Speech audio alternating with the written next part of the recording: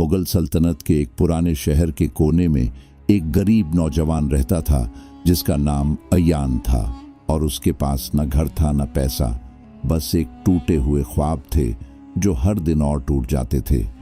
लेकिन फिर भी उसकी आंखों में उम्मीद की एक हल्की सी रोशनी बाकी रहती थी, जैसे वो हर मुश्किल के बाद भी जीना नहीं छोड़ना चाहता हो।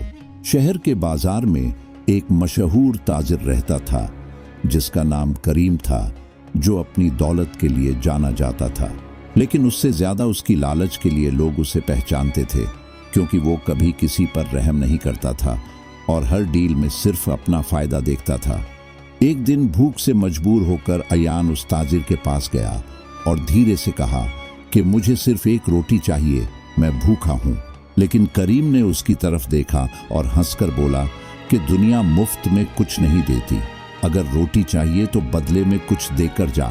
अयान के पास देने के लिए कुछ नहीं था तो उसने कहा कि मैं काम कर लूंगा। लेकिन ताजिर ने उसका मजाक उड़ाते हुए कहा कि तेरे जैसा कमजोर लड़का क्या काम करेगा, और उसे वहां से भगा दिया। अयान चुपचाप वहां से चला गया, लेकिन उसकी आंखों में आंसू नहीं थे, सिर्फ एक खामोश दर्द था जो उसके दिल को तोड़ रहा था। रात को वो भूखा सोया और उसने आसमान की तरफ देखकर सिर्फ इतना कहा कि या अल्लाह, तू देख रहा है ना, और फिर आंखें बंद कर लीं।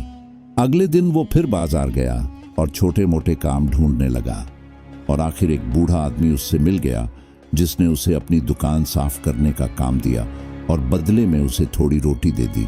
अयान ने शुक्र अदा किया और काम शुरू कर दिया, और धीरे धीरे वो अपनी मेहनत से लोगों का भरोसा जीतने लगा।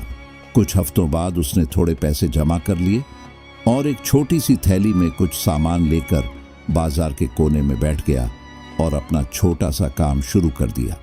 लेकिन उसने कभी उस ताजिर को नहीं भुलाया जिसने उसे उस दिन जलील किया था। एक दिन ताजिर करीम ने देखा कि वो लड़का जिसे उसने कभी कुछ नहीं समझा था आज अपना काम कर रहा है और लोग उसके पास जा रहे हैं, तो उसके दिल में जलन पैदा हुई और उसने सोचा कि इस लड़के को सबक सिखाना होगा। उसने अपने आदमियों को भेजा और अयान का सामान खराब करवा दिया, जिससे उसका नुकसान हो गया। लेकिन अयान ने सब्र किया और फिर से काम शुरू कर दिया जैसे कुछ हुआ ही ना हो। ताजिर को यह देखकर और गुस्सा आया और उसने फिर एक चाल चली और अयान पर झूठा इल्जाम लगा दिया कि वो चोर है, जिससे लोग उस पर शक करने लगे। अयान ने अपनी सफाई दी, लेकिन कोई उसकी बात सुनने को तैयार नहीं था और उसका छोटा सा काम बंद हो गया।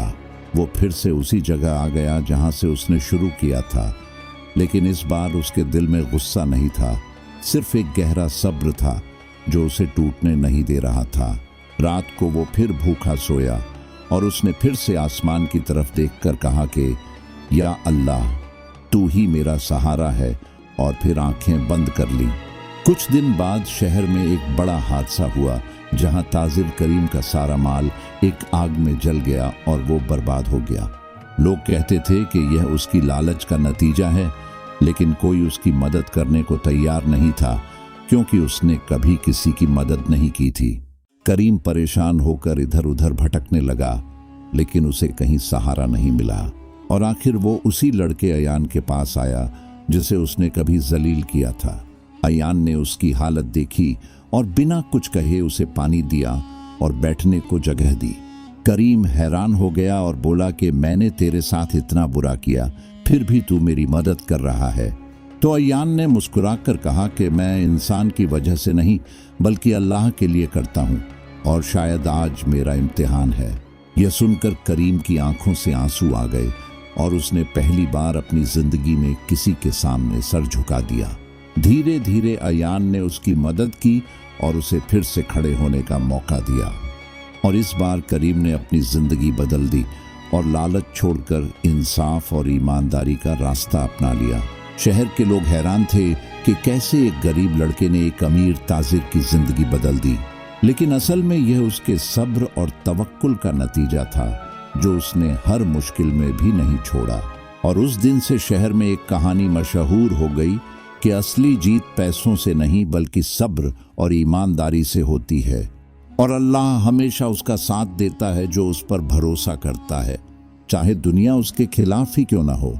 अयान उस शहर के कोने से उठा था जहां उसके पास कुछ नहीं था। उसने सिर्फ एक रोटी मांगी थी और उसे पूरी जिंदगी का सबक मिला। और जिसने उसे जलील किया था उसने उसके सामने सर झुकाया, क्योंकि सब्र की जीत हमेशा होती है।